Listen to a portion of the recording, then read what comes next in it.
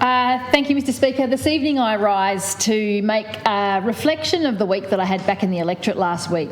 We have an incredible community. They're doing amazing things to support themselves in community, and I just wanted to highlight a number of those fundraisers that occurred last week. I had the absolute pleasure to visit West Scottsdale, the home of Mr and Mrs Scott, who held a fundraising garden party for the North Eastern Soldiers Memorial Hospital Auxiliary.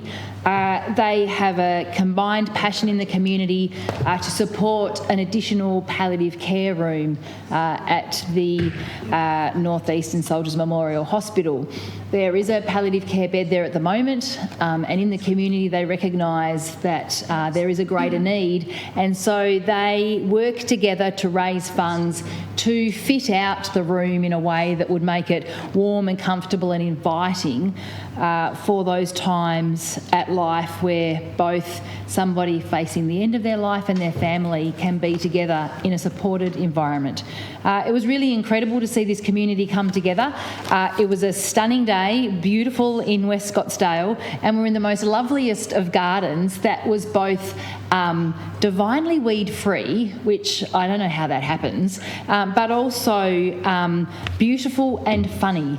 The family that have developed this garden over time have little quirky moments around the garden that you can sort of happen across, little pathways and different garden beds. And there was sort of an outdoor toilet as an example, and when you look down under the door of the outdoor toilet there was shoes in the bottom of legs with the trousers down as a sort of a joke that you've come across somebody at a toilet in the garden. But community members came and attended this fundraiser, raising over $1,000 on the gate with donations at the gate. There was a raffle, there was a plant stall, there was a book stall, and I just love that this is a community that says this is important to us.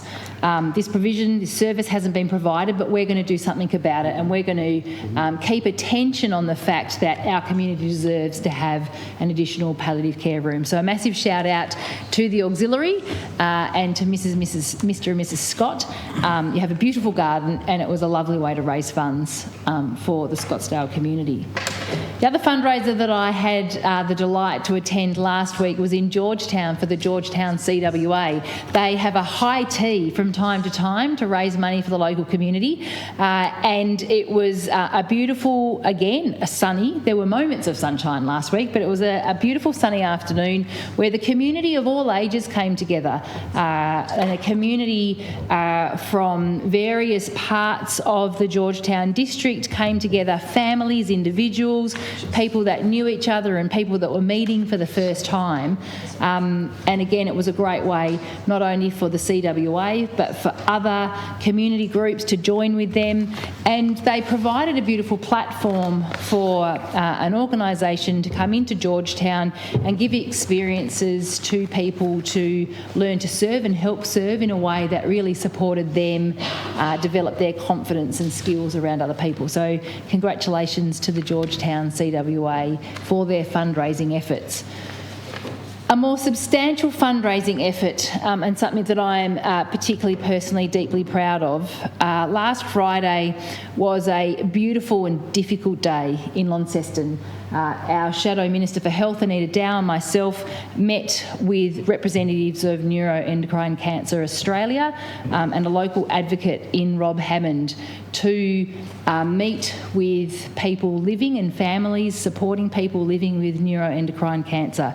They held a patient forum in Launceston on Friday, a chance to come together and support each other, be with each other, share stories of where they're at, but also hear from professionals around care and some particular very specific information about care. And it was a really great way. It was the first forum of its kind like this with Neuroendocrine Cancer Australia, following up from sessions that had occurred last year and a fundraiser that occurred last year, because Rob Hammond, as an absolute warrior, has been seeking to raise both awareness and funds to have a NETS nurse in Tasmania. People that are living with neuroendocrine cancer tumours, NETS, across Australia, over 25,000 Australians have one person that they can call, whether it be to support them navigating the system that they find themselves in, whether they ring for some welfare support and encouragement, just a warm conversation in what is often a really difficult time. And I'm really proud that Tasmanian Labor, through the support of our Shadow Minister for Health, Anita Dow, and the full Parliamentary Labor Party, have backed in the work of Rob Hammond and Neuroendocrine Australia and have committed that a Labor government would fund Annette's Nurse for 3 years to establish the demonstration of the great need and the value, because although it's little known, it's not rare. It's the 7th most diagnosed cancer in Australia. Currently in Tasmania there are 500 Tasmanians living with neuroendocrine cancer, and just last year around 120 more Tasmanians were diagnosed. The numbers are increasing and the need for care is here. So congratulations to Rob for your efforts. You have been backed in by Tasmanian Labor, and thank you for the support and care that Neuroendocrine Cancer Australia provide to Tasmanians at their time of need. On Friday night there was an additional fundraiser for that. It was a bit of fun, the Flinders Island Cup at the racing on Friday night, and a connection to Flinders Island, where I actually want to make a shout out to someone I met a little while ago on Flinders Island, just by chance in the staff room at the school. I met Lachlan, who has, with his partner, just moved to Flinders Island at the beginning of this year and started teaching at the school. And Lachlan and I found a common interest and a common passion in woodworking. And so while we were in the staff room, he said, come around and have a look at the workshop.